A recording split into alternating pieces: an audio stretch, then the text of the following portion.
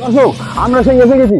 এই রাস্তা দিয়ে সেই জঙ্গিদের আনা হচ্ছে, এই রাস্তা দিয়েই সেই জঙ্গিদের আনা হবে। আপনারা দেখতে থাকুন আর চ্যানেলের পর্দায় থাকুন। পাকিস্তান থেকে যে জঙ্গিরা চলে এসেছিল চলো দিকে চল, আনা হবে। চল হাত উঁচু কর, চল চল পাকিস্তানের মার্কে চলো, চল।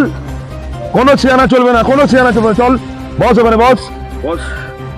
এই সেই জঙ্গি ধরা পড়ে গেছে। আপনারা দেখতেই পাচ্ছেন চোখের সামনে। কিছু প্রশ্ন আছে, কিছু প্রশ্ন আছে।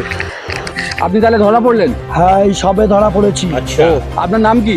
অসীম জাফর। ठीक है ওয়াসিম জাফর। হ্যাঁ ও, আপনি তাহলে মুসলিম? হ্যাঁ, মুসলিম আছি, খাঁটি समझ মুসলিম। गया খাঁটি মুসলিমটা তুমি কই কই কলমা পড়ে দেখাও দেখি। আল্লাহু আকবার। আল্লাহু আকবার কলমা। আমি মুসলিম আছি, আমি ইন্ডিয়ান মুসলিম আছি। তোমার মতো এরকম ফেকু ফেকু মুসলিম নয়, ঠিক আছে? তুমি দেখি বলো দেখি, আমাদের সূরা ইয়াসিনটা বলো। সকালে ওঠে সূর্য, রাত্রি ডোবে চাঁদ।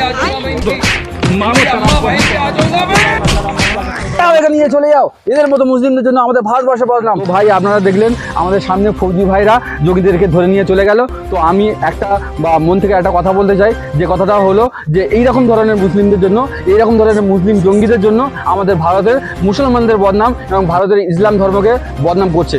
যার কারণে আমি বলতে চাই একটাই কথা, এইরকম ধরনের ফৌজিদেরকে আমি স্যালুট জানাই এবং মন থেকে ভালোবাসা জানাই, যারা এরকম ধরনের কঠোর পরিশ্রম এবং মেহনত করে আজকে এরকম ধরনের আতঙ্কবাদী এবং জঙ্গিদেরকে ধরে আমাদেরকে উপহার দিচ্ছে।